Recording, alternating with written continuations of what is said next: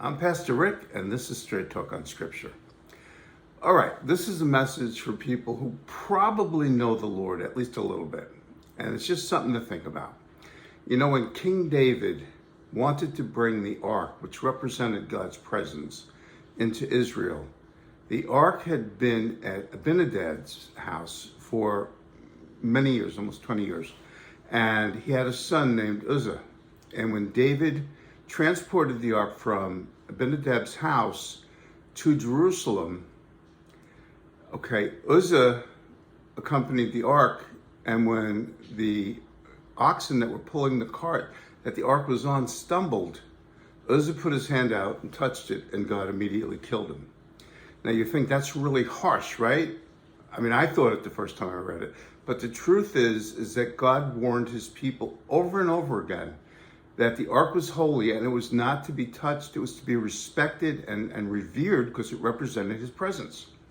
Now let's fast forward. David then takes the ark, and he's a little afraid of it, and he puts it in Obed-Edom's house, who happens to be a Levite. Now Obed-Edom, he teaches his children well, and they respect the ark. And while the ark is in Obed-Edom's house, Obed-Edom and everyone in his house, his children, and then his grandchildren are blessed. Now, this is what I want to say today. We have too many Abinadabs who have had the presence of God in their lives, but they don't teach their children to respect God, and therefore the blessing doesn't continue.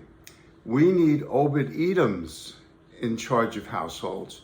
Fathers, mothers, we need people who will teach their children that the presence of God is to be honored and respected.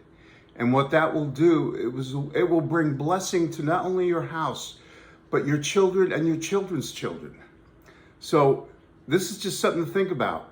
If you know the Lord, but you're not teaching those who come after you to honor and love and respect the Lord and his presence, you're missing what you're called to do, and your successive generations won't be blessed.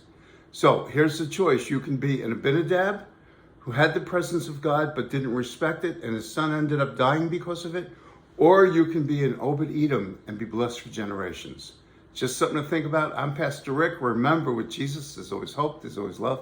I'll see you soon.